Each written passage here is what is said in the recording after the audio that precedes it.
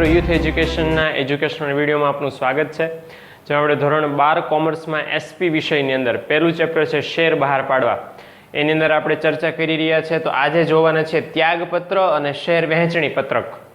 તો સૌથી પહેલો આપણે જોઈ લઈએ ત્યાગપત્ર કોને કહેવાય અને કંપની છે એ શા માટે ત્યાગપત્ર શેર ધારકોને આપે, શેર ધારકો ત્યાગપત્રનો ઉપયોગ કઈ રીતે કરે. તો જો આપણને ખ્યાલ છે કે કંપની છે પોતાની જ્યારે શેર મૂડી બહાર પાડે તો શેર મૂડી એટલા માટે બહાર પાડે કંપનીને પોતાના અલગ અલગ પ્રકારના કાર્યો માટે મૂડીની જરૂર હોય. તો ઘણીવાર શું થાય કે શેર મૂડી એક વખત બહાર પાડ્યા પછી વર્ષના વચ્ચેના સમયમાં કે નવા વર્ષે કે ગમે ત્યારે ભવિષ્યમાં જ્યારે વધારાની મૂડી જરૂર પડે તો વધારાની મૂડી બહાર પાડતી વખતે નવા શેર હોલ્ડરોની જાહેરાત કરવાને બદલે અથવા તો જે નવા શેર હોલ્ડરોને શેર વેચતા પહેલાં જે જૂના શેર હોલ્ડરો છે અથવા તો વર્તમાન શેર હોલ્ડરો છે એમને શેર ખરીદવાનો હક પહેલાં આપે.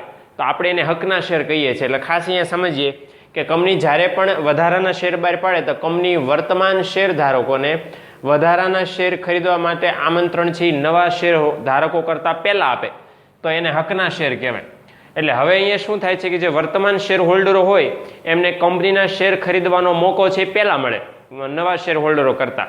હવે ઘણીવાર શું થાય કે આ જે વર્તમાન શેર ધારકો હોય એ વર્તમાન શેર ધારકોને ઘણી વખત એવું હોય કે શેરની જરૂરત ન હોય, કાં તો બધા શેર કોકને વેચી દેવા હોય અથવા બધામાંથી થોડાક ઓછા શેર વેચી દેવા હોય.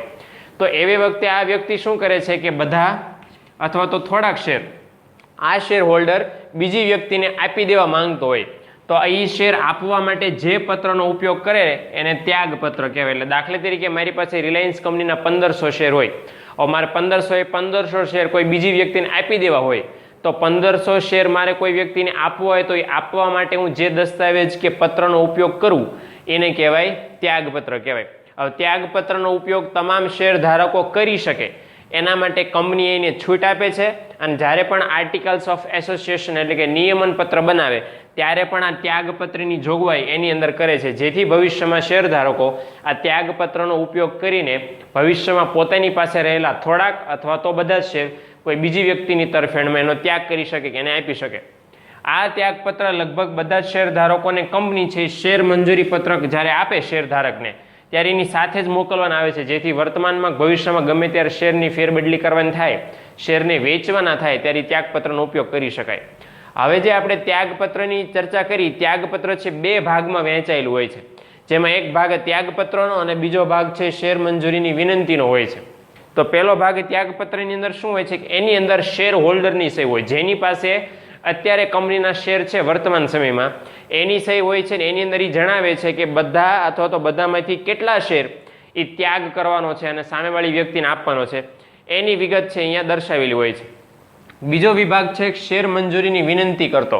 હવે વિનંતી કોણ કરે છે? જે વ્યક્તિ આ શેર હોલ્ડર પાસેથી શેર મેળવવાનો છે એવી વ્યક્તિ કંપનીને વિનંતી કરે છે કે આ જેટલા શેર છે મળે છે એ શેર પોતાના નામે મંજૂર કરવાની, પોતાના નામે કરી આપવાની કંપનીને અરજી કરે.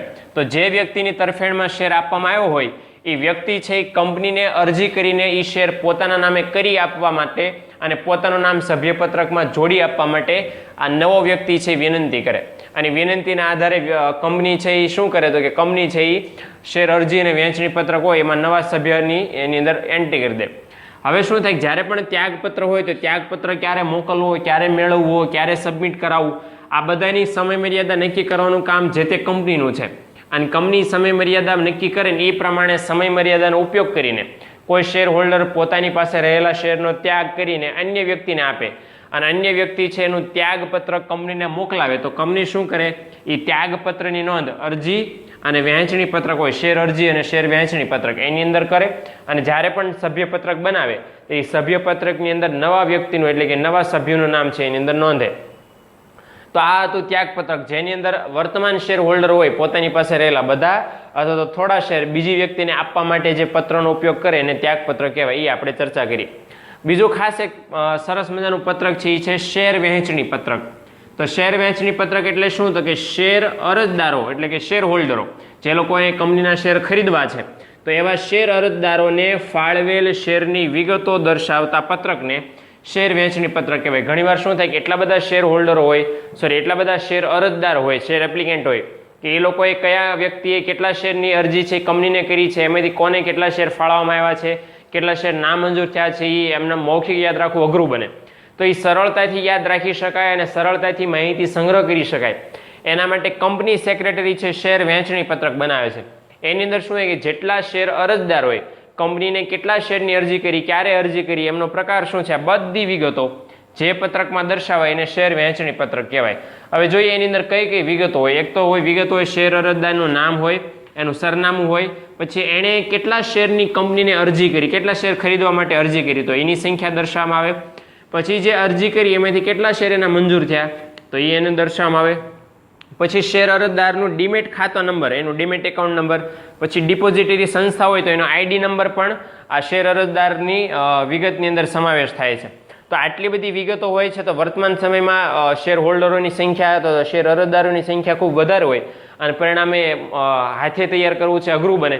એટલે વર્તમાન સમયમાં છે કંપની સેક્રેટરી કે કોઈ પણ નિષ્ણાત છે એ આ શેર વહેંચણી પત્રક છે કમ્પ્યુટરના સોફ્ટવેરની મદદથી સરળતાથી અને ઝડપથી છે તૈયાર કરી શકે છે. તો શેર વહેંચણી પત્રકની અંદર ફરીવાર સમજી લઈએ શું છે કે શેર અરજદારોને ફાળવેલા જેટલા શેર હોય એમના પ્રકારને આધારે એમના માટે અનામત રાખવામાં આવેલા હિસ્સાના આધારે તો બધાની જે વિગત દર્શાવતું જે પત્રક છે એને શેર વહેંચણી પત્રક કહેવાય.